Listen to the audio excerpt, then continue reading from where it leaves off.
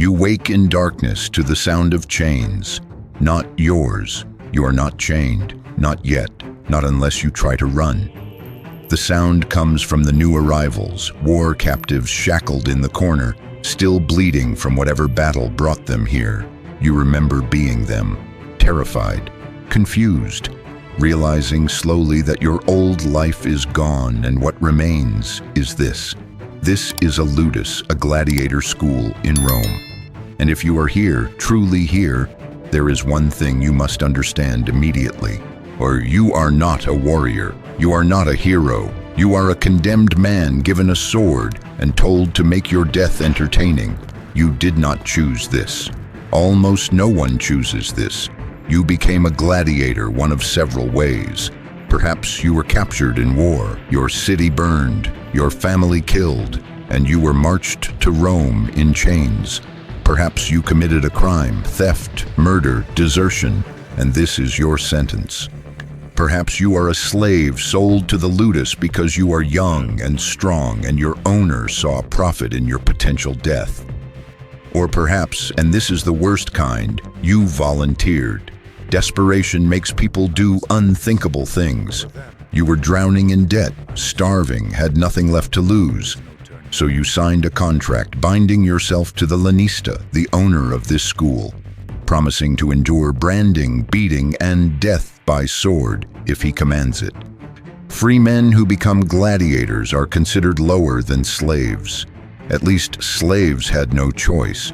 The cell you sleep in holds 8 men. The walls are stone. The floor is stone.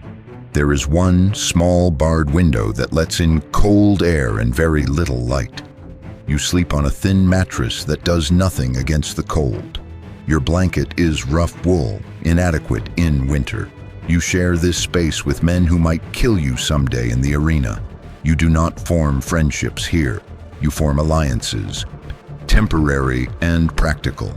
The man sleeping next to you is a Thracian, captured 3 years ago. He has survived 14 fights. Most men do not survive 5. You watch him carefully, learning what survival looks like. Morning comes with the sound of a bell. You rise immediately. Hesitation earns punishment. The guards here carry whips and use them casually. You have been whipped twice since arriving 6 months ago. Once for moving too slowly, once for looking a guard in the eye. The scars on your back are still raised and tender. You dress in a simple tunic and follow the others to the courtyard. Breakfast is waiting. Barley porridge. It is thick and tasteless but filling. Gladiators are fed better than most slaves because you need strength. You need muscle. You are an investment. Your lanista profits when you win, loses money when you die too quickly. So you are fed adequately, if not well. After eating, training begins. This is your life now. Training every day. So hours of repetitive drills designed to make your body react without thinking, because in the arena, thinking gets you killed. Your trainer is a former gladiator who survived long enough to retire. He is missing 3 fingers on his left hand and has a scar that runs from his eye to his jaw. He does not teach with patience. He teaches with a wooden sword that strikes hard enough to bruise, to break bones if you are too slow. You are training as a myrmidon, a heavily armored gladiator who fights with a sword and large rectangular shield. Your helmet covers your entire face except for eye holes. Your right arm is protected by padding and metal. Your left leg has a metal greave. The rest of you is exposed, vulnerable. The training sword is wood but weighted to match a real gladius. You practice the same strikes over and over. Thrust, block, sidestep, thrust again. Your arms burn, your legs shake. You keep going because stopping means the trainer's wooden sword across your back. You practice against other trainees. The fights are not gentle. Injuries happen constantly. Broken noses, cracked ribs, dislocated shoulders. There is a medical staff of sorts.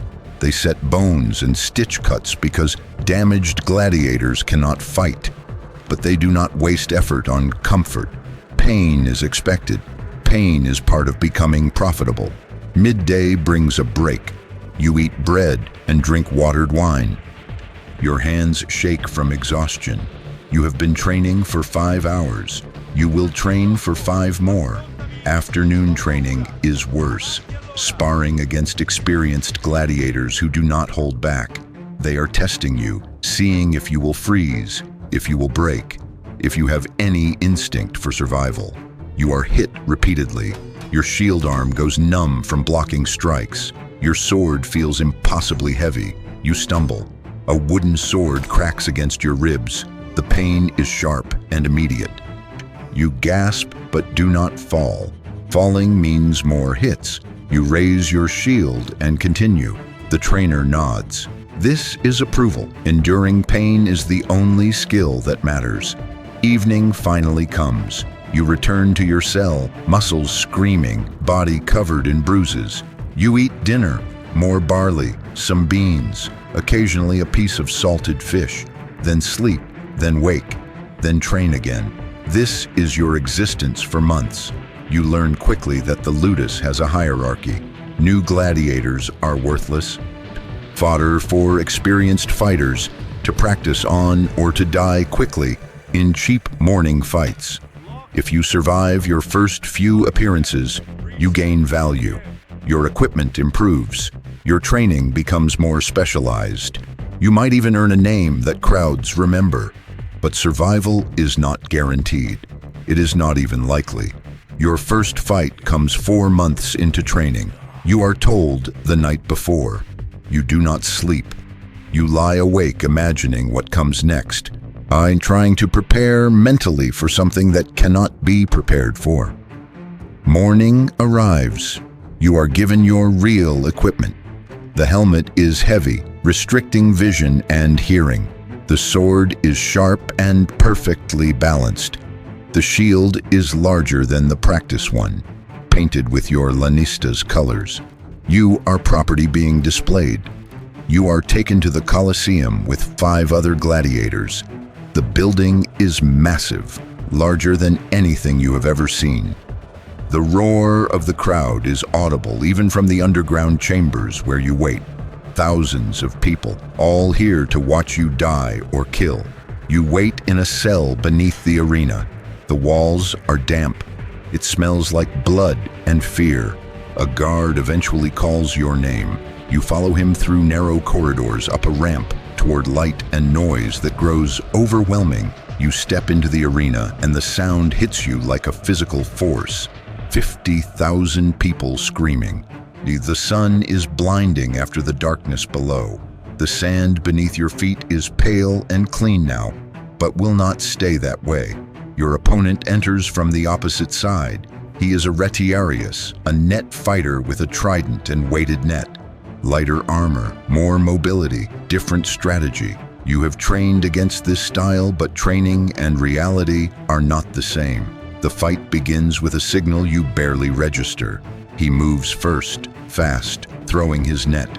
You dodge, barely. Feeling it graze your shoulder. Your heart pounds so hard you can hear it inside your helmet. He circles, looking for openings. You keep your shield up, trying to remember training, trying not to freeze. He attacks again. His trident strikes your shield, the impact jarring your arm. You thrust your sword, but he is already back, out of range. The crowd screams. You do not know if they are cheering for you or him. It does not matter. The fight lasts maybe 5 minutes, but feels like hours. You are clumsy, scared, reacting instead of strategizing. He is better, faster, more experienced. His trident finds your thigh, cutting deep. Pain explodes, but adrenaline keeps you moving. You swing wildly. Your sword catches his arm. He drops the trident. The crowd's roar intensifies. You press forward, shield slamming into him, knocking him down. Your sword is at his throat before you realize what you are doing. He raises his hand, surrendering, asking for mercy. The decision is not yours. You look up at the sponsor of the games, sitting in the honored section. He is eating fruit, barely paying attention. Someone whispers in his ear, He makes a gesture, thumb horizontal, spared. You step back. Guards enter and remove your opponent. You are ushered out, back underground, back to your cell.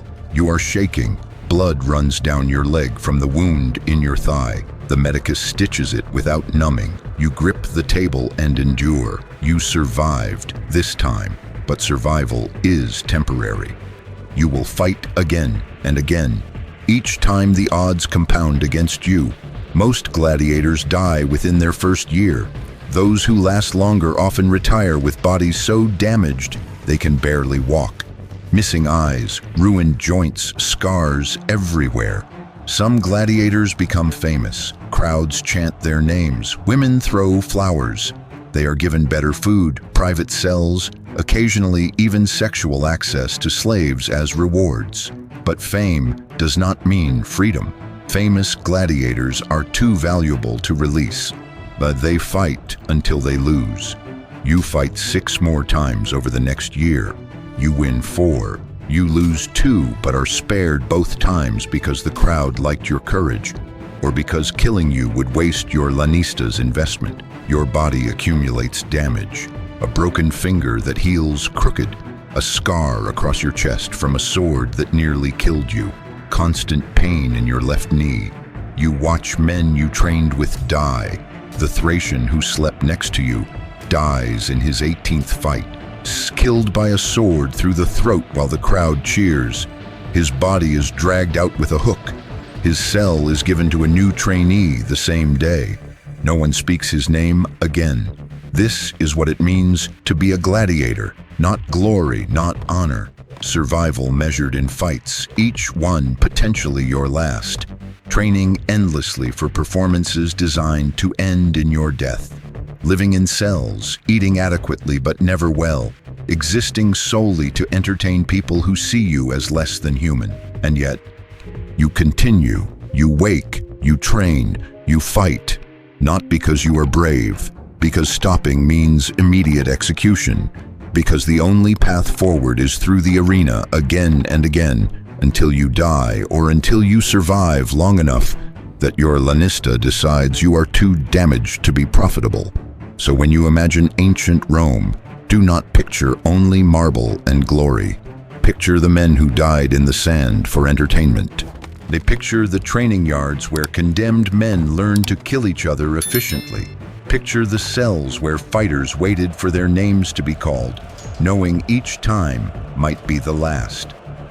That is a gladiator, not a hero. A man trapped in a system designed to profit from his death, fighting because there is no alternative and dying when the crowd demands it.